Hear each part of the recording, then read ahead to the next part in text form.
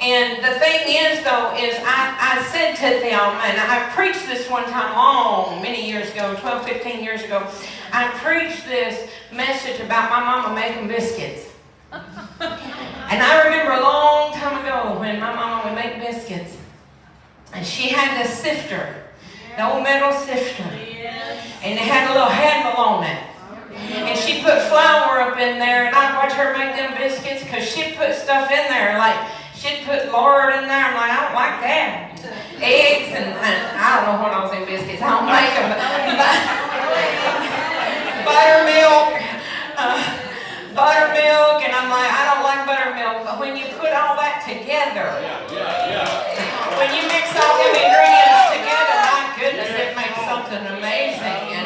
And when she would sift, she would put the flour on top of the sifter and she would turn that little handle. And sometimes I'd ask to turn the handle because I enjoyed, even as a small child, I remember enjoying watching things separate like that and say, how does that work? I want to know what function, what makes this thing work. And I've always been like that. Like I want to figure out the why of everything. And so she would shift it. It would leave the little clumps in the top that she would discard. Sometimes there's some clumps in your life and you just got to discard them. Sometimes you better be sifted. You better be sifted. I'm not saying be mean to somebody, but I'm saying you better be sifted because everybody ain't going in the bowl. Everybody can't go in the biscuit with you. If you put the clumps in the biscuit, it'll mess the biscuit up. Because there's only certain ingredients that God's going to let. I did not go preach about biscuits. There's only certain ingredients that God's going to let you put in that bowl to make those biscuits. And some people in your life is just a clump. Now they might be flour for somebody else. They might make the cup for somebody else, but for you it's a clump. And she'd get rid of that. And she would use that. What made it through?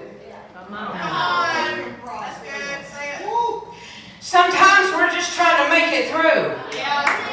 Sometimes we're just holding on, trying to hope that we get through the little hole when the pressure comes.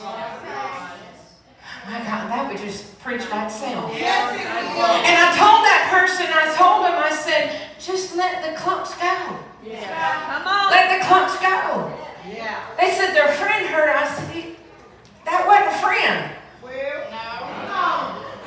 I know hurting people hurt people, but if somebody's a friend, they're not just going to go. And if they go, then maybe they need to go. Maybe it's a clump that needs to be put aside. Let them be flour to somebody. If you try to hold on to a clump when it's supposed to be put away from you, if you try to hold on to that clump, then you're robbing somebody else. Because that clump's flour to somebody else. So I might be a clump to somebody in here, but I'm a flour to somebody else. It's time to quit meowing and start roaring because a roar, somebody that roars is going to go like, say ya.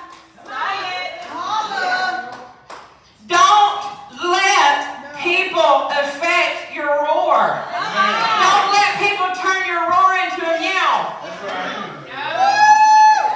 Come on. Meowing time's over. Philippians 4:4, rejoice in the Lord always. And again, it was important enough for him to say again, I say rejoice.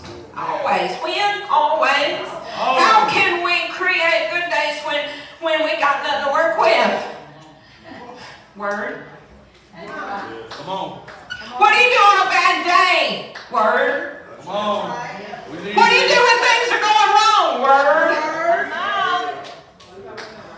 I told somebody this week, they said, I don't understand how that happened, and somebody came against me and they said, I don't understand how that happened, and they was allowed to do that. I said, the Bible says no weapon formed against me shall prosper. It don't say the weapon won't form.